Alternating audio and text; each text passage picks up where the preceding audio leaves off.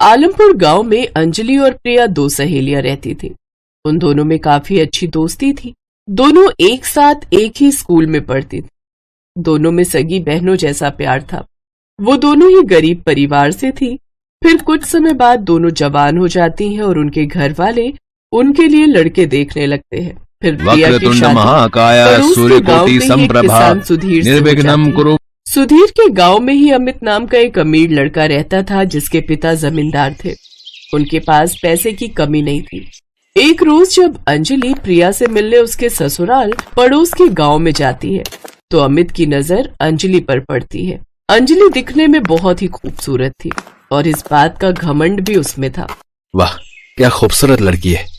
माँ के लिए बहू तो ऐसी लानी है मैंने। अमित अंजलि के बारे में पता लगाता है। फिर अपने माता पिता के साथ उसके घर उसका हाथ मांगने जाता है। अमित जमींदार का बेटा था, इसलिए उसके परिवार वाले भी झट से मान गए और कुछ दिनों बाद दोनों की शादी रख दी गई। जब ये बात प्रिया को पता चली तो बहुत खुश हुई। मैं तो सचमुच बहुत खुश हूँ अंजलि। अब हम दोनों सहेलियां एक साथ एक ही गांव में रहेंगी। अब हमारी दोस्ती कभी नहीं टूटेगी।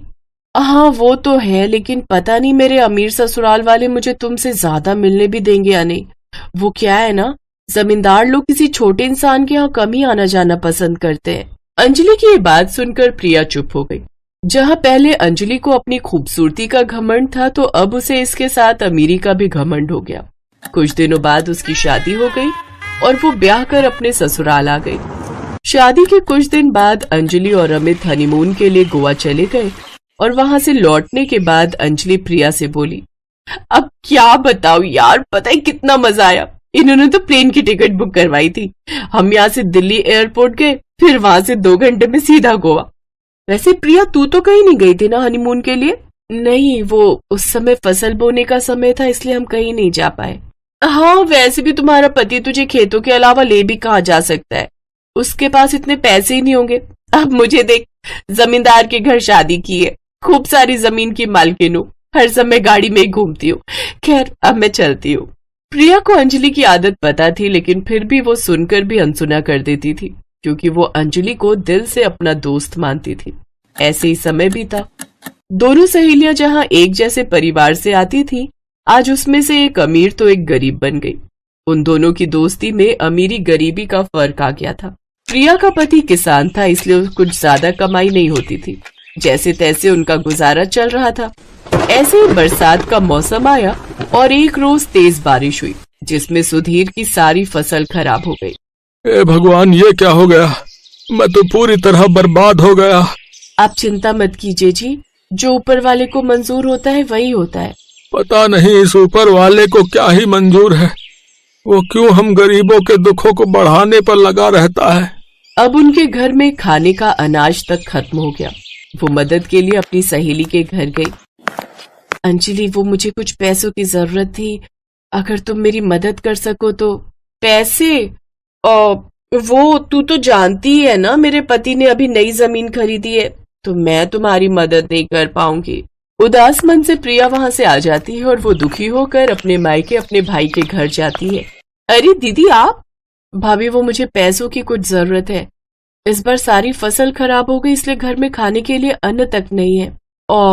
मैं आपकी मदद कर देती, लेकिन अब आप तो जानती हो कि आपके भैया इतना नहीं कमा पाते। शहर में थोड़ी सी मजदूरी करके कुछ पैसे भेजते हैं, वो तो घर खर्च में ही चले जाते हैं। प्रिया को वहां से भी कोई मदद नहीं मिलती और वो उदास मन से अपने ससुराल की ओर लौट आती है। रास्ते में उसे एक बूढ़े बाबा दिखाई देते हैं, जो पानी का मटका उठाए अपनी कुटिया की ओर जा रहे थे। उन्हें देख प्रिया ने उनसे कहा, लाइए बाबा, मैं आपकी मदद कर देती हूँ। तेरा बहुत बहुत शुक्रिया बेटी। प्रिया उस घड़े को बाबा की कुटिया तक पहुँचा देती है। क्या बात है बेटी, तू बड़ी दुखी लग रही है। बाबा, फसल खराब होने की वजह से घर की हालत बहुत खराब है। खाने तक को अन्न का दाना तक नहीं है। अमीर सहेली से मदद मांगी तो उसने मना कर दिया। भाभी से मदद मांगने गई तो उन्होंने भी खाली हाथ मुझे लौटा दिया। मेरी तो कुछ समझ ही नहीं आ रहा। तभी बाबा उसे रसोई से एक घड़ा ला कर देते हैं। बेटी, ये ले, ये खिचड़ी तू घर ले जा, इससे तेरे सारे दुख दूर हो जाएंगे, लेकिन इस घड़े को घर जाकर ही खोलना। बाबा का शुक्रिया अदा कर प्रिया घर की ओर निकलती है। घर आकर वो सारी बात सुधीर को बताती है। गरीब की मदद कोई नहीं करता। खैर तुम थक गई होगी, बैठो, मैं अभी हम दोनों के लिए खिचड़ी परोस कर लाता हूँ जो उन बाबा ने दी है। सुधीर ने जैसे ही उस मटके पर से कपड़ा हटाया, वो मटका पूरी तरह से सोने से भरा हुआ था।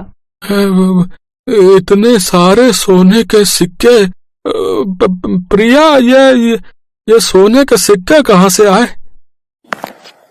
क्या सोने के सिक्के? हे भगवान, ये तो सचमुच सोने के सिक्के हैं। इसका मतलब वो बाबा कोई चमत्कारी शक्ति थी जो हमारी मदद के लिए आई थी। तेरा लाख लाख शुक्र है प्रभु। अब वो दोनों काफी अमीर हो जाते हैं। वो लोग खुद का बड़ा घर, गाड़ी और जमीन खरीद लेते हैं। अब अपनी गरीब सहेली के ठाट बाट देख अंजलि जल भुन जाती है। कल तक जिसके घर में खाने तक के लाले थे, रातों रात उसके पास इतने पैसे कहाँ से आ गए? कुछ तो गड़बड़ है, पता लगाना ही पड़ेगा। हो सकता है उसके परिवार वालों ने उसकी मदद की हो। अरे उसके मायके वाले तो एकदम कंगले हैं, वो भला उसकी मदद कैसे करेंगे? अंजलि इस बात का पता लगाने के लिए प्रिया के घर जाती है। उसका महल जैसा घर देखकर तो वो हैरान ही रह जाती है। अरे वाह प्रिया, तेरे तो ठाट बाट ही बदल गए। भला तुझ गरीब के पास इतने पैसे अचानक कहाँ से आ गए? बस यूं समझो बहन की ऊपर वाले की रहमत बरसी है हम पर। अरे ठीक ठीक बताना, ये सब चमत्कार हुआ कैसे? प्रिया साफ मन की औरत थी। वो अंजलि को सारी बात सच सच बता देती है। उसका राज जानकर अंजलि घर लौटती है और अपने पति से कहती है, सुनिए जी, मैंने उस प्रिया की सारी सच्चाई पता कर ली है। आप मेरे साथ चलिए, हमें वो पीछे वाली पहाड़ी के जंगलों की ओर जाना होगा, वहीं उसे वो खजाना मिला था। अंजलि अमित के साथ उस जंगल की ओर चली जाती है। रास्ते में उसे एक बूढ़े बाबा मिलते हैं जो उससे कहते हैं, बेटी मेरी मदद करो, ये पानी से भरा घड़ा बहुत भारी है, मुझ बूढ़े के बस की बात नहीं है इसे उठाना, तुम मेरी थोड़ी मदद कर दो। अरे यार, एक तो हमें वैसे ही वो कुटिया नहीं मिल रही, ऊपर से इस बुढ़े को अपनी पड़ी है। बाबा हम जल्दी में, हमें परेशान मत कीजिए। अंजलि बिना मदद के ही वहां से चली जाती है। कुछ दूर चलने पर उसे एक कुटिया नजर आती है। अरे अमित, वो देखो सामने कुटिया है, लगता है यही वो कुटिया है, चलो अंदर चलते हैं। जब वो अंदर जाते हैं तो अंदर वही बाबा होते हैं। बाबा आप? आओ बेटी बैठो, यहाँ तक आकर थक गई होगी। शुक्रिया बाबा। तभी अंजलि की नजर रसोई में रखे ढेर सारे घड़ों पर जाती है। बाबा इतने सारे घड़े, आखिर है क्या इसमें? कहीं कोई खजाना तो नहीं? हाँ हाँ, इन घड़ों में कर्मों का फल है। जो कोई भी मेरी झोपड़ी में आता है उसे उसके कर्मों के हिसाब से इस घड़े से फल मिलता है। कुछ दिनों पहले ही तेरे जैसी औरत यहाँ दुखी आई थी, जिसकी अमीर सहेली और उसकी भाभी ने उसकी मदद के लिए इनकार कर दिया था। तब वो यहाँ से एक घड़ा लेकर गई, न जाने उसके भाग्य में क्या निकला होगा। अच्छा बाबा, फिर तो आप मुझे भी जल्दी से घड़ा दे दीजिए। हाँ हाँ बेटी, तुम भी एक घड़ा लेकर जाओ, लेकिन ध्यान रहे इसे घर जाकर ही खोलना। बाबा ने उसे एक घड़ा उठाकर दिया। घर पहुंचते ही अंजलि ने जल्दी से उस घड़े पर से कपड़ा हटाया तो उसमें से ढेर सारे बिच्छू बाहर आए। अरे ये क्या बिच्छू? लगता है प्रिया के कर्म अच्छे थे, इसीलिए उसे सोना मिला, और हम लोगों के कर्म बुरे थे, इसलिए हमें ये बिच्छू मिला। अब अंजलि को अपनी गलती का एहसास होता है और वो प्रिया के घर जाकर उससे किए गए अपने बुरे कर्मों के लिए माफी मांगती है। अब दोनों सहेलियों में फिर से अच्छी दोस्ती हो जाती है, जिसमें अब घमंड बिल्कुल नहीं होता। पायल और अनुष्का दोनों बहनें थीं। उनका जन्म एक गरीब परिवार में हुआ था। पायल जहां सांवले रंग की थी, तो वहीं अनुष्का दिखने में बेहद ही खूबसूरत थी। दोनों बहनें जवान हुई। अनुष्का तेज तर्रार, मॉडर्न और सुंदर लड़की थी, इसलिए अमीर घर के लड़के ने उसे पसंद कर लिया। तो वहीं पायल की शादी एक गरीब परिवार में हो गई। पायल ढेरों अरमान मन में संजोए अपने ससुराल आई, लेकिन ईंट गारे से बना ढांचा ही अब उसका घर था। ये देख उसकी आंखें भर आईं, लेकिन इसी को अपनी किस्मत मानकर उसने चुपचाप स्वीकार कर लिया। उधर अनुष्का अपने बड़े अमीर ससुराल में आकर बहुत खुश थी। एक रोज जब पायल बाजार में सब्जी लेने पैदल जा रही थी, तो अचानक गाड़ी में जाती हुई उसकी बहन अनुष्का की नजर उस पर गई। वो गाड़ी से उतरकर बोली, अरे दीदी, आप कहाँ जा रही हो? सब्जी लेने आई थी अनुष्का। खैर, ये बता तू कैसी है और यहाँ कैसे? मैं भी ठीक हूँ। वो जो राधा कृष्ण मंदिर के सामने वाली कोठी है ना, वो विनय ने खरीद ली है। अब हम यहीं शिफ्ट हो गए और अभी मैं विनय के साथ मूवी जा रही थी तो आप पर नजर गई, तो सोचा आपसे मिल लूं। वो क्या है ना, हम अमीर लोगों के पास ये सब सब्जी वब्जी लेने का टाइम ही नहीं होता ना, ये काम तो मेरे घर के नौकर करते हैं। मैं तो बहुत मजे में हूँ। अच्छा, अब मैं चलती हूँ, मुझे लेट हो रहा है। वैसे आप कहाँ रहती हैं? त्रिलोकपुरी गांव, वहीं बस्ती में मेरा घर है। अच्छा खैर, मैं किसी दिन फुर्सत में आपसे मिलने आऊंगी, फिर ढेर सारी बातें करेंगे। Okay, bye. ये कहकर अनुष्का अपने रास्ते निकल गई। ऐसे ही समय बीत गया।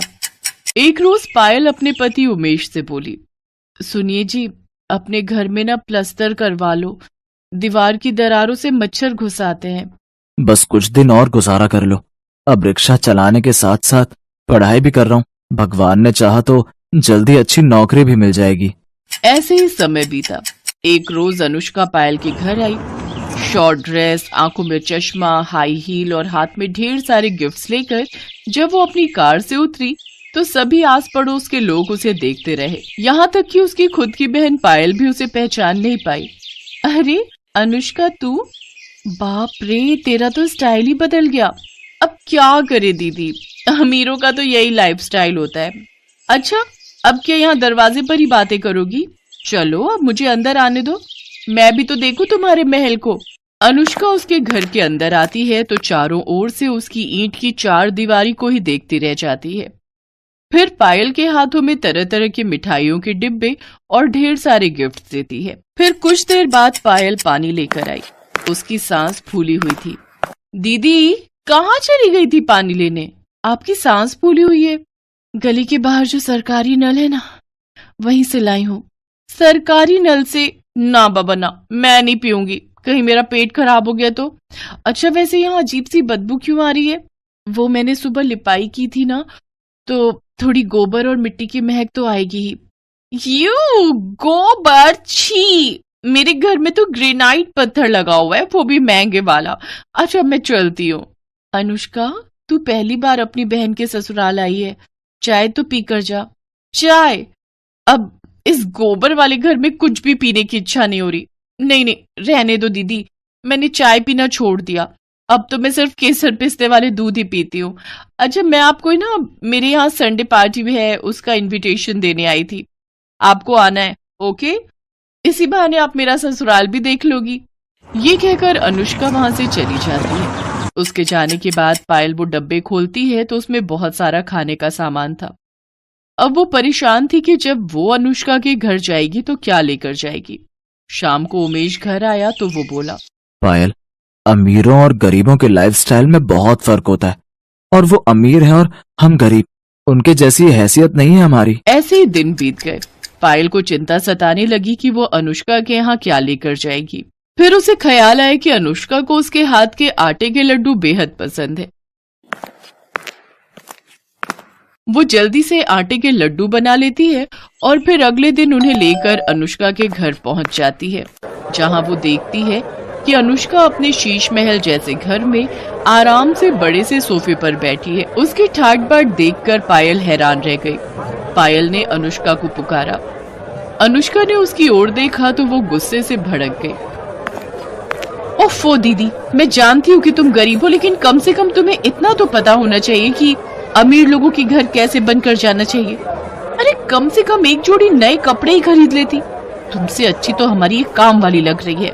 तभी वहाँ अनुष्का के ससुराल वाले भी आ गए। अनुष्का, मैं तुम्हारे लिए अपने हाथों से आटे के लड्डू बनाकर लेकर आई थी। पहले बात अलग थी दीदी, अब मैं अमीर खानदान में आ गई हूँ। जाओ यहाँ से। अब मेरे यहाँ तभी आना जब तुम्हारा ये गरीबी वाला लाइफस्टाइल बदल जाए। बहू, क्या जरूरत थी गरीब लोगों को पार्टी में बुलाने की? अनुष्का, तुम तो इनके यहाँ कितना कुछ लेकर गई थी और ये बेकार से लड्डू लेकर आई हैं। अपनी बेइज्जती देखकर पायल रोते हुए वहां से चली जाती है। ऐसे ही 3 साल बीत गए। दोनों बहनों की डिलीवरी होने वाली थी। पायल को उमेश जल्दी से पास के सरकारी अस्पताल में ले जाता है, तो वहीं दूसरी तरफ अनुष्का को विनय एक महंगे प्राइवेट अस्पताल में ले जाने लगता है।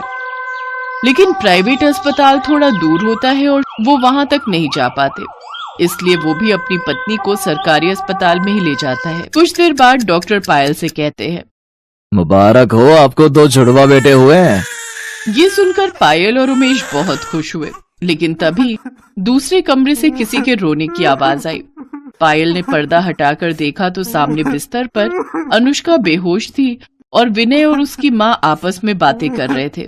माँ, जब अनुष्का होश में आएगी और अपने बच्चे के बारे में पूछेगी तो मैं उसे क्या कहूंगा कि तुम्हारा बेटा मरा हुआ पैदा हुआ है और अब वो कभी माँ नहीं बन सकती।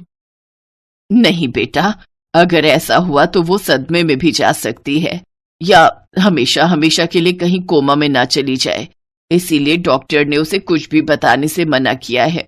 नहीं माँ, मैं अनुष्का को नहीं खोना चाहता। उनकी बातें सुनकर पायल और उमेश ने एक दूसरे की तरफ देखा, फिर एक फैसला लिया। पायल ने अपना एक बेटा गोद में लिया और विनय से जाकर कहने लगी, विनय, मैं भी अपनी बहन को नहीं खोना चाहती। हमने आप दोनों की सारी बातें सुन ली। मैंने जुड़वा बेटों को जन्म दिया है, इसलिए मेरा एक बेटा तुम रख लो और अनुष्का को यही कहना कि ये उसी का बेटा है। मैं गरीब जरूर हूं, लेकिन दुख तो सबका बराबर ही होता है ना।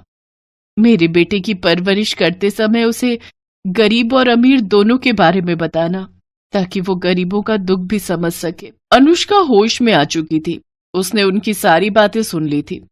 वो हाथ जोड़कर पायल के सामने रोते हुए कहने लगी, मुझे माफ कर दो दीदी, मैंने आपको कितना भला बुरा कहा। शायद उसी की सजा मुझे मिली है जो भगवान ने मेरा बच्चा छीन लिया, साथ ही हमेशा के लिए मां बनने के सुख से भी वंचित कर दिया।